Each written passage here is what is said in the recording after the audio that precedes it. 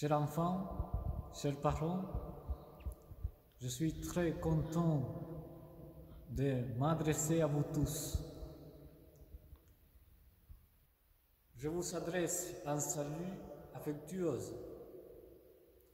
Avec vous tous, je me sens véritablement en famille.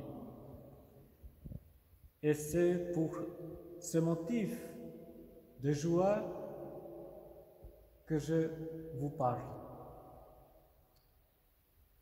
Je voudrais vous dire avant tout une chose qui se réfère à Don Bosco. Don Bosco, c'est un homme miséricordieux. Vous savez que le dimanche dernier, on a célébré le dimanche de la Divine Miséricorde. Ce tableau nous parle de la Divine Miséricorde. Cette image, Dieu a demandé à Sœur Faustine et Sœur Faustine a demandé peigner cette image. Mais qu'est-ce que c'est la miséricorde? La miséricorde, c'est avoir cette tristesse pour le mal d'autrui. Et Don Bosco, il avait la tristesse qui se passait autour de lui, autour d'eux.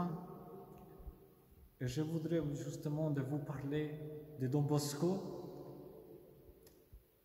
C'était le 8 décembre de 1841. Don Bosco se prépare à dire la messe, la fête de l'Immaculée Conception, dans l'église de Saint François d'Assise. Un adolescent, un petit garçon est entré dans la sacristie. Et on ne sait pas trop pour quel motif. Alors qu'il était chassé à coups de plumeau par la sacristain. Ce jeune prêtre, juste, Don Bosco, il devient prêtre, il était prêtre justement, le fait rappeler et entrer en conversation amicale avec lui.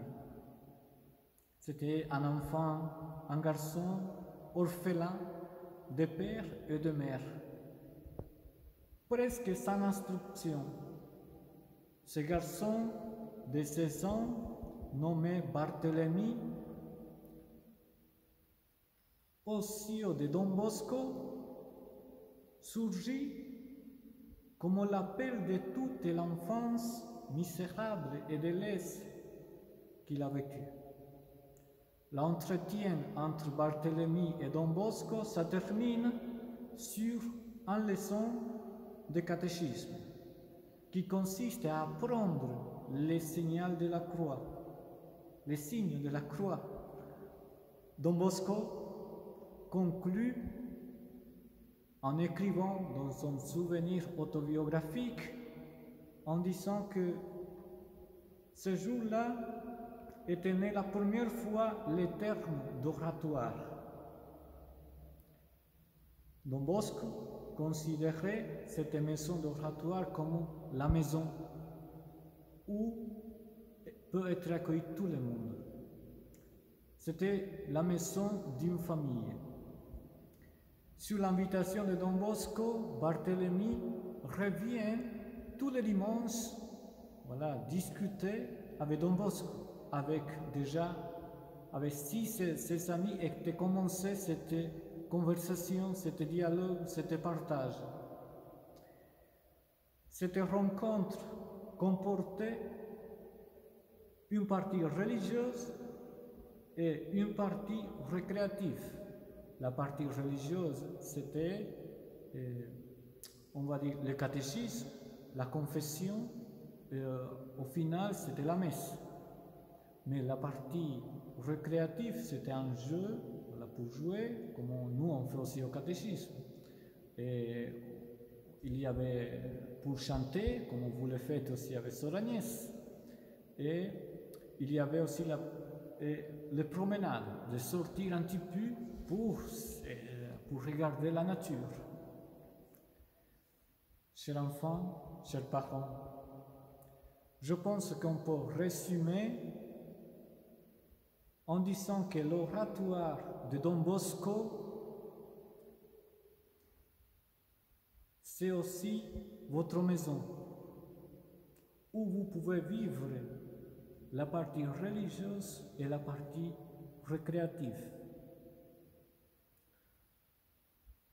Vos parents, chers enfants, sont de véritables éducateurs et formateurs qui va vous transmettre une vie capable de l'avenir, une vie capable de connaître Jésus. Ils vont vous aider.